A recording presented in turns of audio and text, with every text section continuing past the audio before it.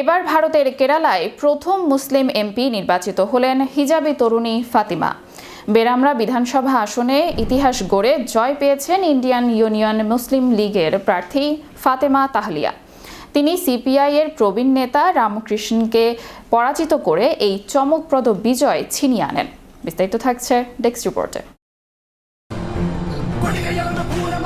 এবার ভারতের কেরালায় প্রথম মুসলিম এমপি নির্বাচিত হলেন হিজাবি তরুণী ফাতিমা।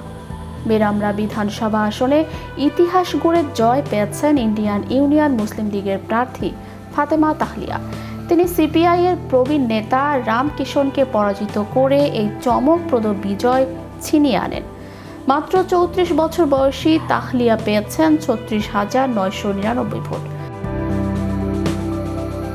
প্রায় 4,700 ভোটের ব্যবধানে জয়ী হয়ে তিনি মুসলিম নারী লীগের ইতিহাসে প্রথম নারী বিধায়ক হিসেবে নতুন দৃষ্টান্ত স্থাপন করেছেন। কোজিকোড জেলার পেরুভালে জন্ম নেয়া তাহলিয়ার রাজনৈতিক যাত্রা শুরু ছাত্র জীবন থেকেই। মুসলিম স্টুডেন্ট ফেডারেশনের নেতৃত্ব দেওয়ার পর তিনি কোজিকোড সিটি কর্পোরেশনের কাউন্সিলর হিসেবেও দায়িত্ব পালন করেন। বর্তমানে তিনি মুসলিম ইউথ লীগের রাজ্য সম্পাদক, একই সঙ্গে পেশায় একজন আইনজীবী। কোজিকোড সরকারি আইন কলেজ থেকে স্নাতক এবং ত্রিশূর সরকারি আইন কলেজ থেকে স্নাতকোত্তর ডিগ্রি অর্জন করেছেন তিনি। এখন কালিকট জেলা আদালতে আইন পেশায় কর্মরত। তবে এই বিজয়ের পথ মোটেও সহজ ছিল না। প্রার্থিতা ঘোষণার পর থেকেই সাইবার হামলা ও অনলাইন হয়রানির শিকার হন তাহলিয়া। হিজাব পরিহিত মুসলিম নারী হিসেবে তার সক্ষমতা নিয়ে সামাজিক যোগাযোগ মাধ্যমে ছড়ানো হয় নানা কুরুচিপূর্ণ মন্তব্য।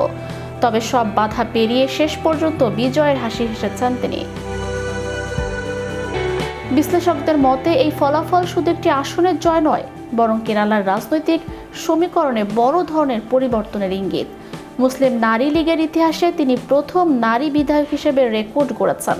দীর্ঘকাল ধরে কেরালার রাজনীতিতে নারীদের অংশগ্রহণ থাকলেও নীতি নির্ধারণী পর্যায়ে মুসলিম নারীদের উপস্থিতি ছিল নগণ্য।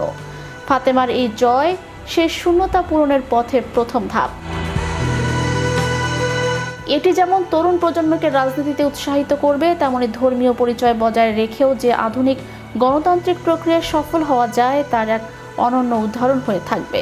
ফাতেমা তাহলিয়ার জয় কেবল ইন্ডিয়ান ইউনিয়ন মুসলিম লীগের জয় নয়, এটি কেরালার প্রতিটি স্বপ্নদ্রষ্টা নারীর জয়। সব বাধা ও কুৎসা উপেক্ষা করে তিনি প্রমাণ করেছেন সদিচ্ছা থাকলে এবং জনগণের পাশে থাকলে বিজয় সুনিশ্চিত। কেরালার বিধানসভায় ফাতেমার উপস্থিতি এখন এক নতুন অধ্যায়ের অপেক্ষা মাত্র। Channel Europe international desk.